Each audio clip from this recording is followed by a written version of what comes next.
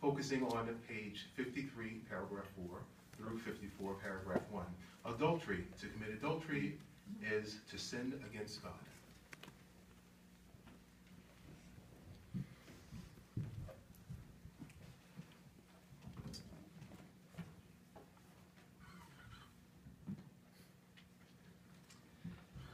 According to one study by the Associated Press, 71% of people admitted they would have an affair if they knew they would not get caught.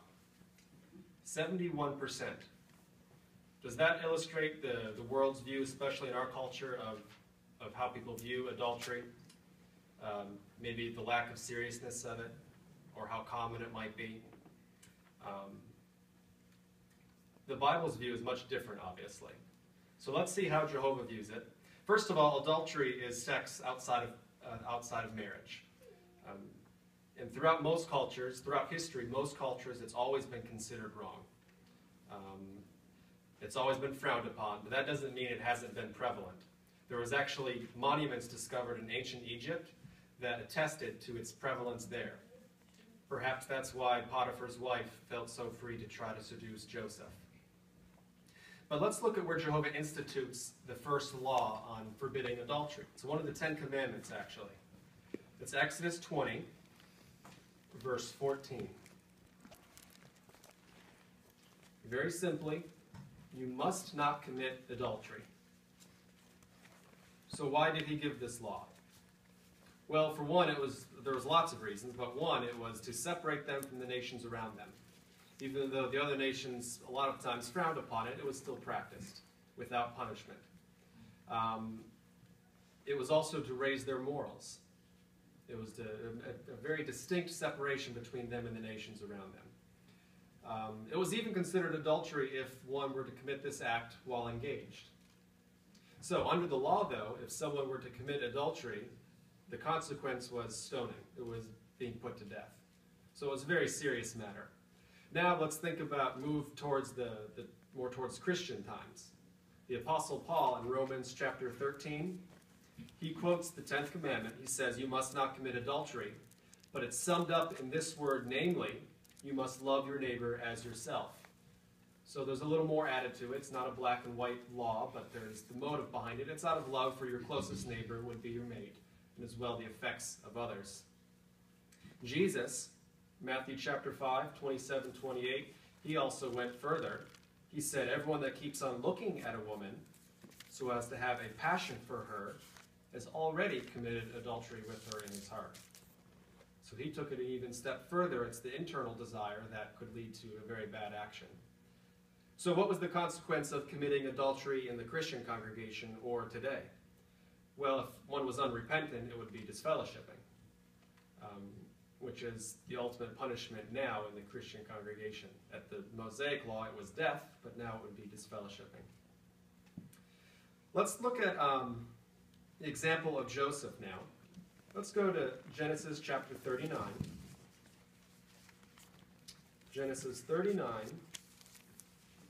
and verse 9. So this is right after Potiphar's wife tries to seduce him. They have a quick exchange of words, and this is his closing statements, as it were. Genesis 39, verse 9. He's addressing her. He says, there was no one greater in this house than I am, and he has not withheld from me anything at all except you, because you are his wife.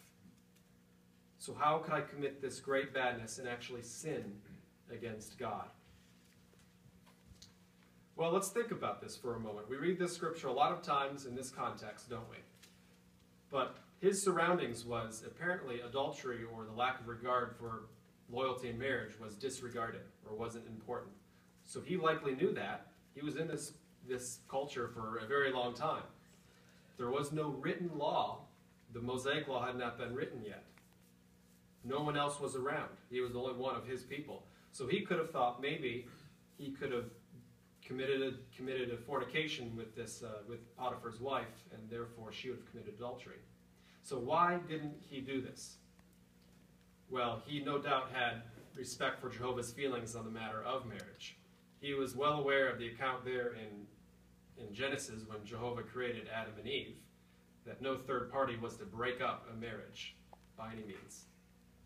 We think today when someone does commit adultery, though, the very bad effects that come from it, the emotional pain of one's mate that was cheated on, if there's divorce, that's the kids that might be displaced, congregations are upset, many things can happen that would be bad.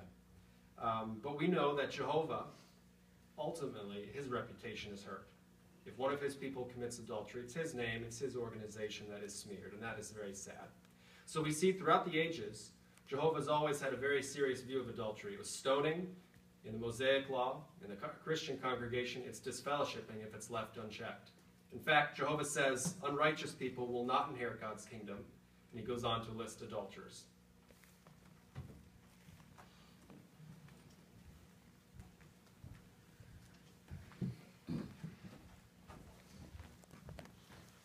I would like to thank you for that talk this evening. If we noticed, you gave us a very honest, straightforward